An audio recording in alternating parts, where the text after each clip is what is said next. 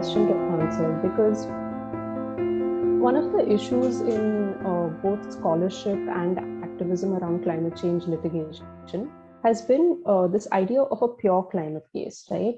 Which is what I've started to critique, which is it's a complete climate change case. But in India, we've seen cases where climate change is in the periphery. It's not the mainstay argument that's been made. So should we consider that as climate change litigation or not is a bit of a moot question. But I think Lavanya Rajmani in her paper makes a clear statement that we should be looking at it.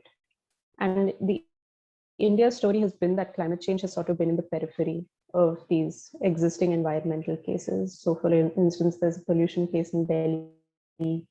I forget which case it was, but it looks at how the IPCC reports and speak about vehicular pollution, and that was used as legal evidence. That to me still amounts to climate change litigation. So I guess climate change litigation is nascent in India. It is picking up steam. I do think that a lot of groups are interested in looking at the climate question. In my own experience, communities that I work with, who live in and around coal mining areas, have started to use the legal vocabulary of climate change to be able to mobilize or mount a case. Because what's fascinating about the climate argument is it gives you an avenue to challenge the sovereignty of the Indian state in pockets where there is no room to do that, especially coal-bearing areas. So there are people who are becoming aware of it, but I do feel the current political climate has been a bit of a barrier to bring out such a strong climate case. There's been the Ridhima Pandey case, of course, which was an explicit and pure climate case. But what's again interesting about the trajectory of climate change litigation in India is it still uses the existing enviro litigation arguments. So the Ridhima Pandey case was quite focused on the enforcement gap, that we have an existing set of laws which are great, but then the state has not enforced it well.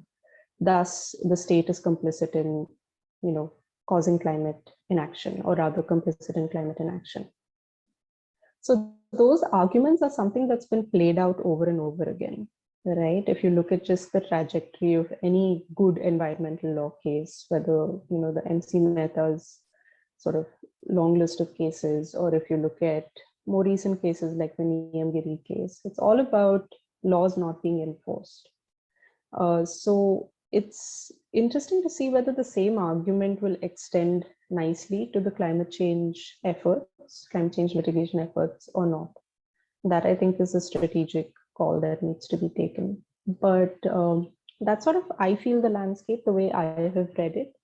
But one of the issues I have with climate change litigation in the Indian context is, like Namrata was pointing to earlier, India is struggling with negotiating a variety of environmentalisms, right? So there's the environmentalism of the poor, which looks at equity and ecology coming together. There is, the idea of exclusionary conservation, which is complete in violent spaces to secure environmental integrity. Then now you're seeing the emergence of an ecocentric approach, like the Asiatic lion case or the Ganga river case, for example. Now, when you have these three varieties of environmentalism that the court often falls back on, you have to situate the climate litigation effort in that tension. So will the climate litigation result in further marginalizing the already marginalized? Because, for example, if we decide to create more protected areas in order to, preserve forests as carbon sinks, would that mean then that you would be pushing communities out of their historical and traditional lands? A similar question with the rights of nature approach or the ecocentric approach. Like I know with the Asiatic lion case, for example, the aftermath of that was communities were pushed out of these areas. So my fear with the Indian context is, will it again marginalize communities? Will the impact be such that the hard-won legal gains on environmentalism of the poor, like the Forest Rights Act, will be undone? Because that is the real question, I feel, for the future of climate litigation.